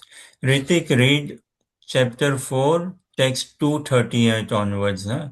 So Ritik, read, then Andrew, then Amanda, then Keitanya Sadahari, then myself, and then Ritik. Like this, we can progress. Can you scroll a In, bit? in screen, I see chapter 4 only, huh? 238 onwards. Yeah, 195 now I see.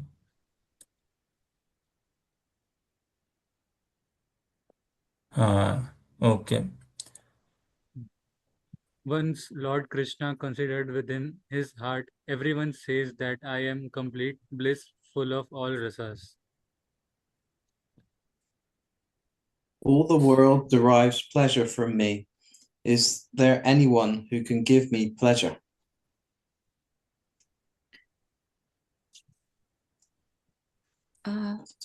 One who has 100 times more qualities than me could. Oh, it's Hare gone. Krishna, I don't know what happened. I'll try to go back. Uh, okay, this recording button is now coming in between to go back. Read Okay. from here, we can just move from here next like this. Hmm. Okay. We read 239 last, correct? Yes, next. Hmm. 240 is 240. what Amanda is reading, huh? Okay, yeah. One who has 100 times more qualities than me could give pleasure to my mind. This is Krishna saying, huh?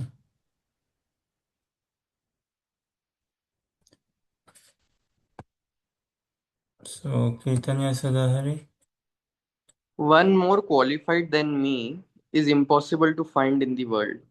But in Radha alone, I feel the presence of one who can give me pleasure.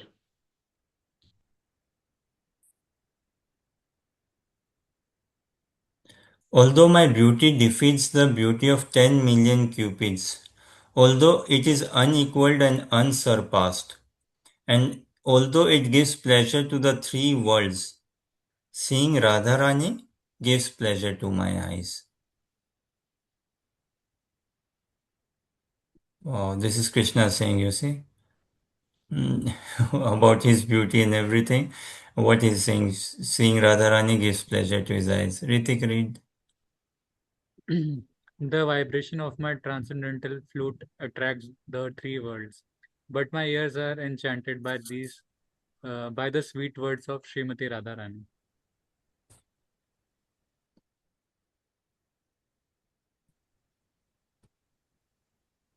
Although my body lends fragrance to the entire creation, the scent of Radharani's limbs captivates my mind and heart.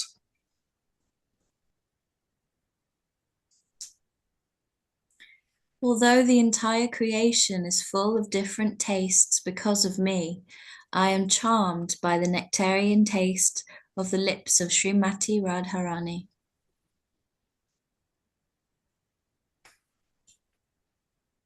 And although my touch is cooler than 10 million moons, I am refreshed by the touch of Srimati Radharani.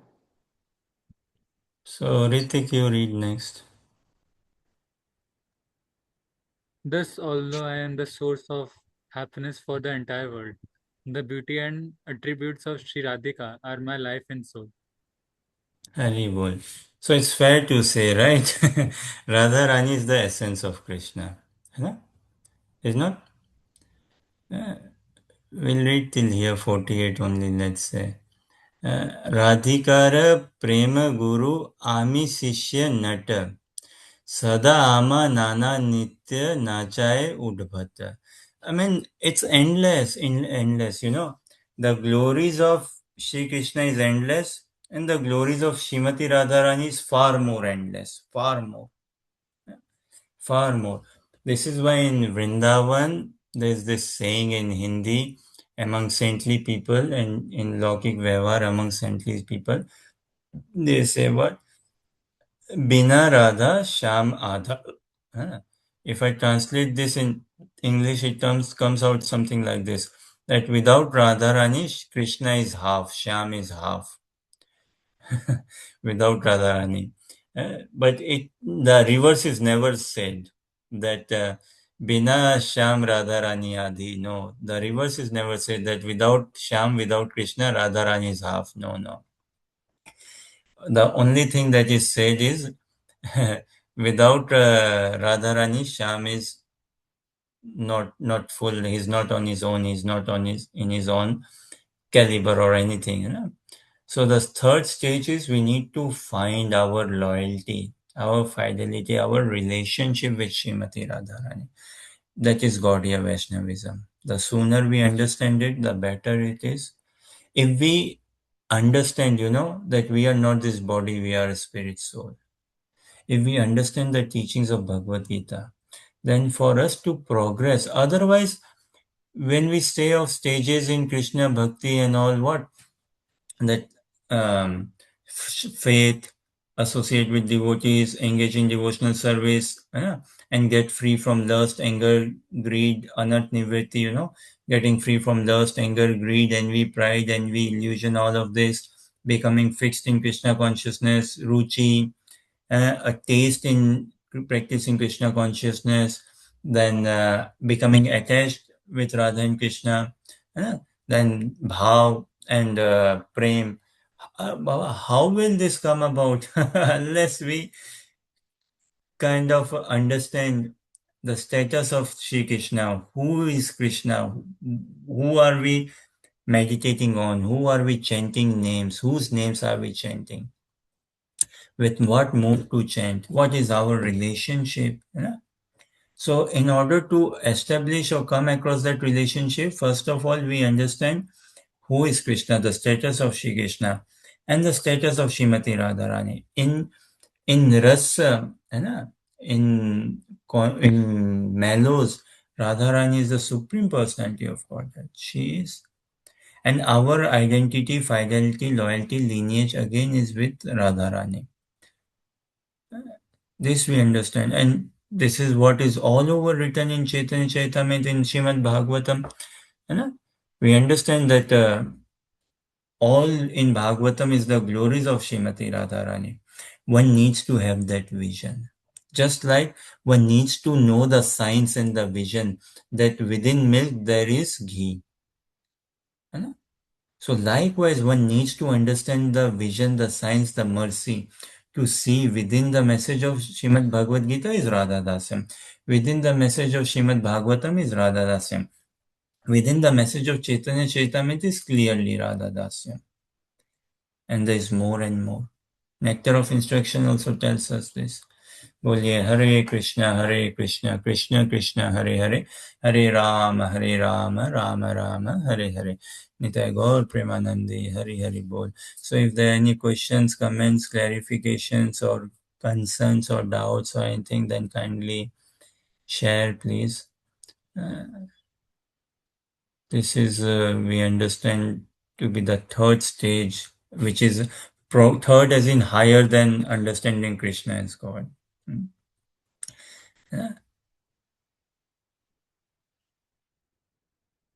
Like yesterday we tried to understand, does God exist, the definition of God, say, and all. So Krishna stands out, and Krishna, in our bhajan, in our practice, the concept of God has to be completely fleshed out, say. Radha Krishna is what we want. Yes, Amanda, Andrew. Hare Krishna Prabhu. Could you please explain a little bit more? So if Krishna is the all-inclusive, then I'm sure this is something it will take me much time to understand, but I don't understand right now how you were saying Krishna is half without Radharani. In the nice question, in the realm of rasa, this is why it's not like they are one personality only. It's not like Krishna is all inclusive. How come he is half? So Krishna is Poon Shaktiman, Radharani is Poon Shakti. We read some text in in Chaitanya Charitamrita, right? That Krishna himself is claiming that I am all inclusive, yet I find myself missing. Is it not? That my beauty is all encompassing in everything, yet I find myself missing. So in the realm of rasa, Krishna is again this internal potency which is classified as a cognitive potency. That potency by which Krishna knows himself as the son of Yashoda and Nanda. That is his Chitta Shakti. And that spiritual potency by which he knows himself and by which he knows Nanda, Yashoda and others, that is his Chitta Shakti. As a Samvid Shakti. Then that potency is eternal potency by which he experiences eternality, understands and experiences eternality. Then there is Ladini Shakti, that potency by which Krishna experiences place. What is place? That is through the agency of Srimati Radharani. Everything Krishna experiences is through Radharani's avenue, her agency. So in the realm of mellows, in the realm of conjugal mellow, in the realm of rasa, in the realm of mellow, in that realm of vraj, Krishna is hankering for the association of Radharani. It's not that Radharani is like, does not miss Krishna or does not want. She is fully Krishna conscious, but Shyam Sundar, he struggles to find his complete absorption in Radharani. Radharani is undoubtedly fully Krishna conscious, but because Shyam Sundar is God, in the sense he says in Bhagavad Gita, as you surrender unto me, I reciprocate accordingly. So there are other gopis as well who surrender unto Shyam Sundar. Chandravali, Shebya, Padma, in different moods. So Shyam Sundar reciprocates also with them. But when he's reciprocating with them, he's not finding himself complete. He's not finding. He's missing out. And thereby he realizes that I am not happy. Why? Because Shamla, Shebya, Padma, Chandravali, you all combined cannot make me happy as Radharani makes me happy. This is why it is completely fair to say that Bina Radha, Sham Adha. Without Radharani, Sham is half. This also, it could be a play with words as well, as in it rhymes. Radha, Adha. In Hindi, Adha means half. Yeah. So Radha, Adha. It rhymes, it could be play with words, but philosophically it holds its ground altogether. In the sense, to give an example, the Ras Leela pastime, Shri Guru was saying, na? In the Ras Leela pastime, if we actually see in Shrimad Bhagavatam, Canto 10, Chapter 30, and text 18 to 30, 31. है ना?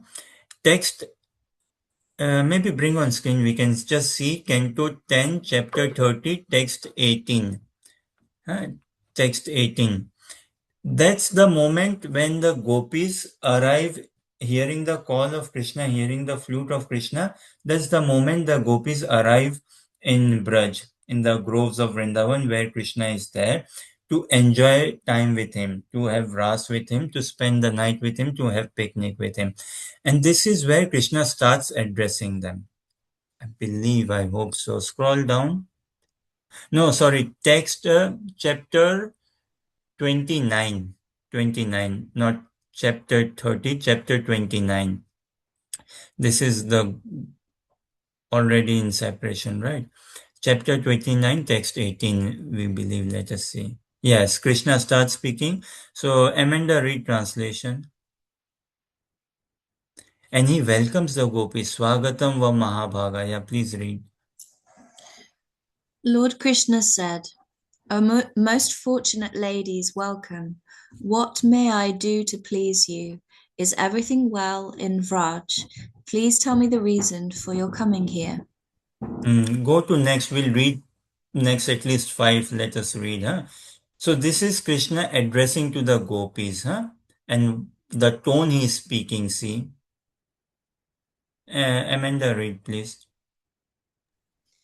This night is quite frightening, and frightening creatures are lurking about. Return to Vraj, slender waisted girls. This is not a proper place for women. So next, you can read.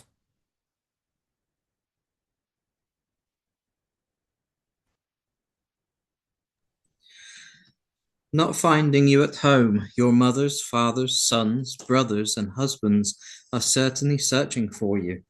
Don't cause anxiety for your family members. Ritik, read next.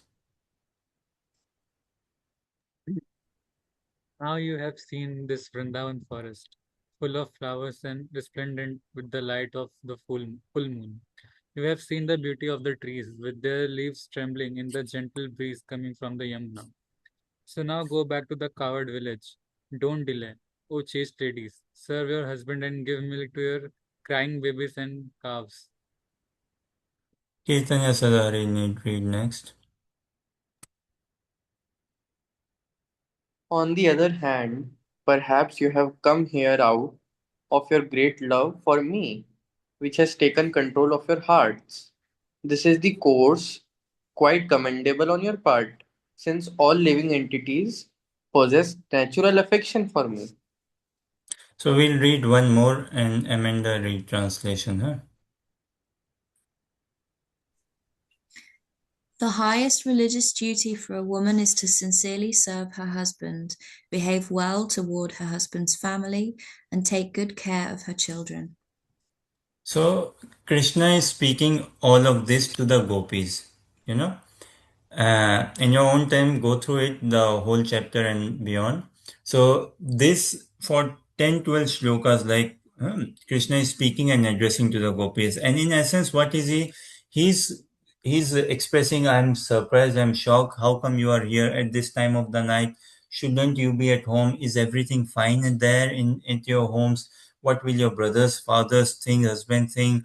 Go back home enough, or have you come to see them?" This and that. He's just passing time, He's just killing time with them. He's just playing with them.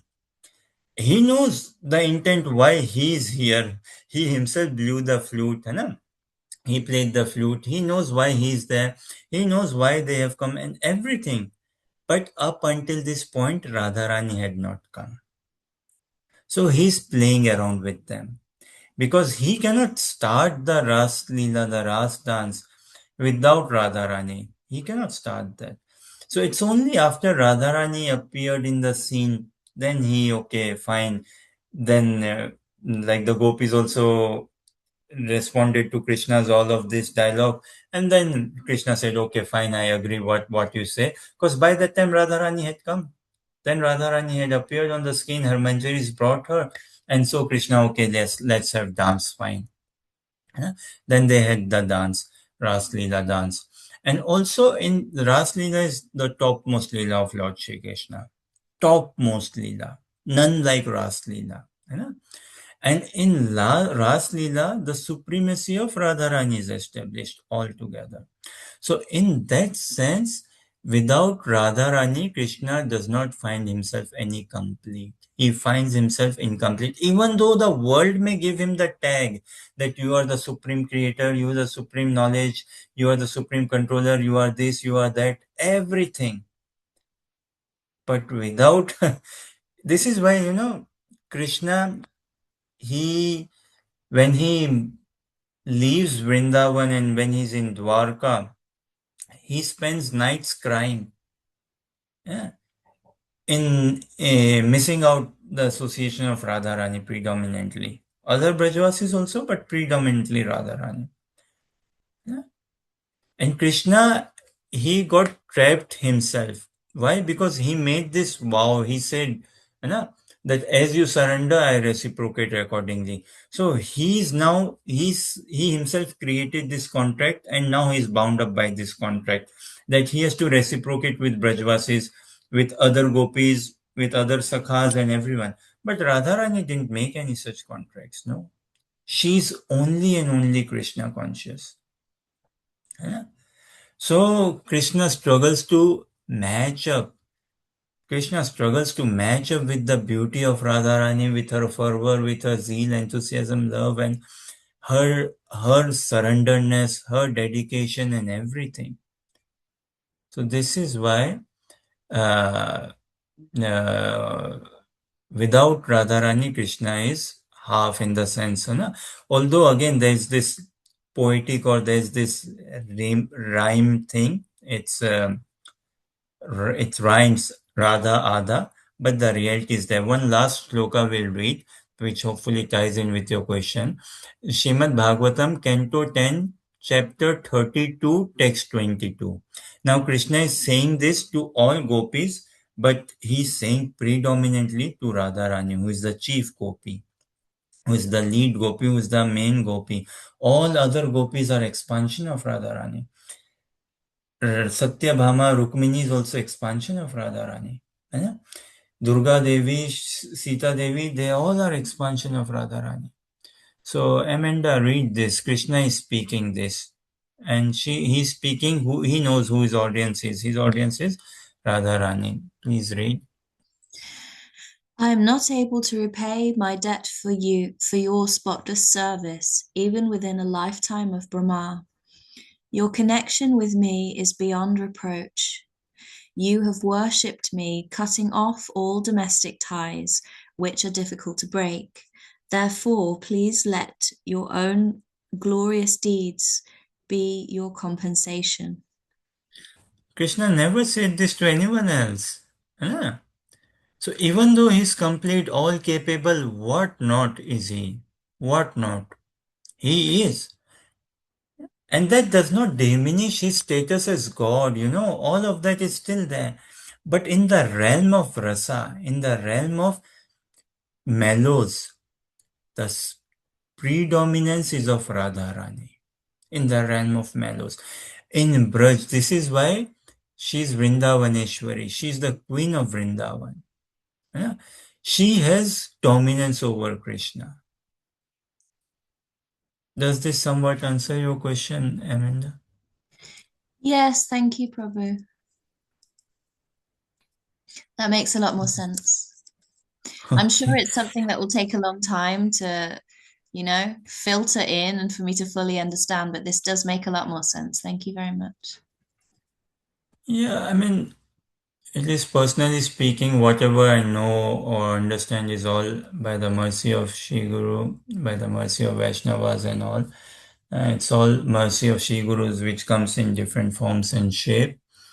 And my practice understanding is everything at the theory level, everything on the surface or whatever. But somewhere we study and we find these messages in scriptures. But very good question, very pertinent and very careful observation within this saying also. You may check with Shri Guru in one of his classes or see. So again, we say the third stage that we have to come in our practice of Krishna consciousness is to understand the supremacy, the status of Srimati Radharani. Fourth is the status of spiritual master.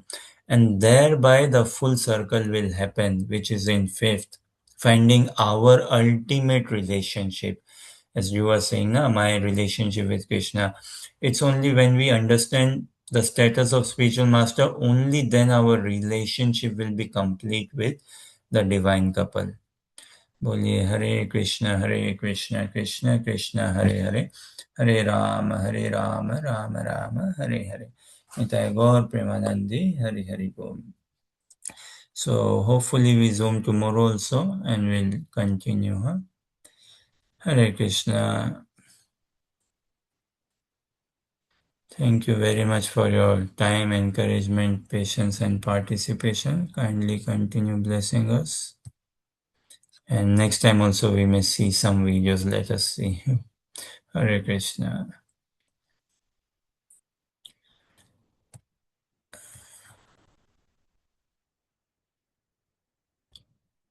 Hare Krishna, Prabhu. Thank you. Hare Krishna.